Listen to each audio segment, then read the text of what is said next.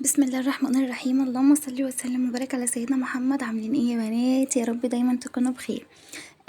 انا الفيديو ده من زمان بصراحة، يعني من اول ما بدأت شغل بعد الثانوية.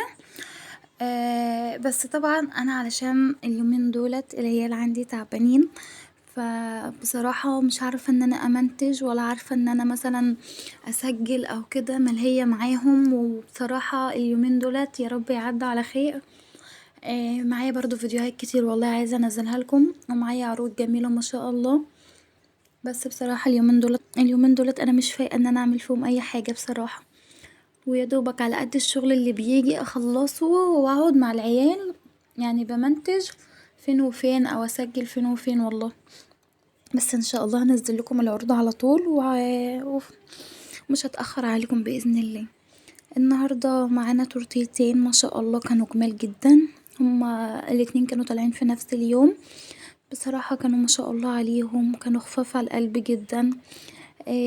تورتة الكعبة دي انا اول مرة اشتغل بعجينة السكر مجسمات، فما شاء الله كانت جميلة وكنت مبسوطة بيها قوي. وكمان كانت لسه اول تجربة ليا ان انا اعمل مجسمات بعجينة السكر، بس ما شاء الله كانت جميلة قوي. التورتية ديت تعالوا اقولكم على المقادير بتاعتها الاول. دي كانت مقاس 14 طبق، 6 طبقات، مقاس 14. انا طبعا غبستلها 300 جرام دي سبونش فانيليا. طبعا السبونش عندي انا بلخبط جولدن باك على دريم، فبيديني نتيجة ما شاء الله جميلة. فبحط 300 جرام عليهم 3 بيضات، عليهم معلقة محسن، وعليهم كيس فانيليا، وربع كوباية مية وحبة. تمام. انا ما بحطش ال300 كلهم في حلة واحدة. انا عندي حلتين مقاس 14، بقسم الحل فيهم هما الاتنين المقدار. تمام، عشان تبقوا واخدين بالكم. ما شاء الله ادوني كذا طبقة، وادوني طبقات حلوة وما شاء الله كانت التورتاية جميلة. طبعا انا في التورت العالية ديت انا بحط دعامات، وبحطها بقى في التلاجة ببيتها تاني يوم تتماسك براحتها، وبعد كده انا برجع اشتغل فيها تاني. طبعا انا بقول للعميل مثلا ابقى كلمني قبلها بكام يوم اكد عليا الحجز، فهو بيجي مثلا قبل ب3 ايام. بخبز بقى الكيك في يوم وبحشيها في يوم وبزين في يوم، وهو بيستلم بقى تاني يوم، يعني بيستلم في الميعاد اللي هو عايزه. طبعا انا حطيتها في التلاجة ترتاح تماما، وهسيبها تبات وهي في التلاجة كده. بس طبعا بغطيها علشان خاطر الكيك ما ينشفش من التلاجة. بغطيها بورق فاكيوم، فيها الكدر. تمام. خدت مني قد ايه كريمة؟ اخدت مني كوباية ونص. اخدت مني كوباية ونص كريمة، بالحشو بالتجليس بكله. ما شاء الله كانت جميلة خالص وكانت رقيقة وحلوة. انا قلت لكم يا بنات قبل كده ان كل تورتاية عندي ممكن تاخد كوباية، ممكن تاخد كوبايتين، وتبقى نفس هي مقاس التورتة.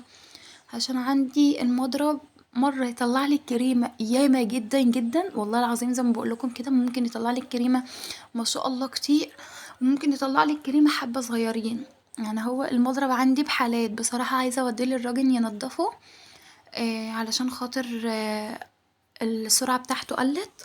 طبعا انتوا المضارب او العجينات او الحاجات دي بيخش فيها الكريمة والكاكاو والدقيق، فالموتور بتاعها بيبقى عايز يتنضف وطبعا يتزيت او كده، او يحطوله مش عارفة ما بيحطوله ايه بصراحة، عشان السرعة بتاعته تطلع يعني ترجع تاني، يعني تبقى زي ما كان جه. طبعا بقى بتودوه عند حد ثقة ينضفه ويظبطه ويزيته وكده، وبعد كده بقى السرعة بتاعته ما شاء الله بترجع تاني. عايزة اوديه والله، علشان بصراحة السرعة بتاعته قلت جدا. انا من يوم ما اشتريته لغاية دلوقتي ما نضفتوش غير مرة واحدة، فعايزة اوديه تاني ويتعمل. طبعا التورتاية الكبيرة دي كانت مقاس 26، اخدت معايا 700 جرام دقيق. هي كانت عايزاها طبقة فانيليا وطبقة شوكولاتة. طبعا انا عملت هنا 350، لا عملت 400 في حلة، وعملت 300 في حلة. ال400 اللي هم كانوا الفانيليا، واللي هي الشوكولاتة كانت ال300. طبعا ادوني ما شاء الله طبقات حلوة. وطبعا الكيك ده بصراحة يعني ما شاء الله ما شاء الله، انا قلت لها اعملها لك 4 طبقات او 5، لأ أنا عملتها لها 6 طبقات وما شاء الله كانت جميلة وقرفتها كانت جميلة ما شاء الله وخلصت معايا على طول والله. أخدت مني قد ايه كريمة بقى، أخدت معايا 3 وربع علشان أنا بعد ما خلصتها خالص وزينتها وكده رجعت شلت اللي عليها وعملتلها دريبات. هي لما انا وديتلها الصورة كده قالتلي معلش عايزاكي تزوديلي دريبات تحت ودريبات فوق. قلتلها خلاص تمام، بس انا كنت ساعتها مصورتهاش بقى عشان انا كنت سلمتها لها على طول عشان هي كانت عايزاها الساعة 9 الصبح ويدوبك خلصتها وسلمتها.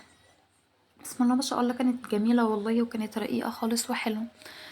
طبعا بقى مقولكمش على الطعم بقى، يا خرابي على الطعم وحلاوته بصراحة. انا الكريمة عندي لما بحط فيها اللبن البودر والباستري والتشيز كيك والسكر، واللهم صل وسلم وبارك على سيدنا محمد، ولو ساعات بحط لها لبن من غير المية يعني بدل المية، بتبقى ما شاء الله جميلة قوي والله العظيم. بيبقى الطعم بتاعها غني جدا جدا. بصوا بتبقى طعمها تحفة.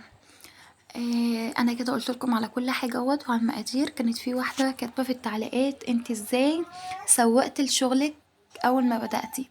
انا سوقت الشغل ازاي؟ انا يعني كنت بعمل عندي في الاحتفالات، في الاعياد الميلاد، كنت بعمل مثلا في خطوبة، بعمل في اي حاجة مناسبة عندي.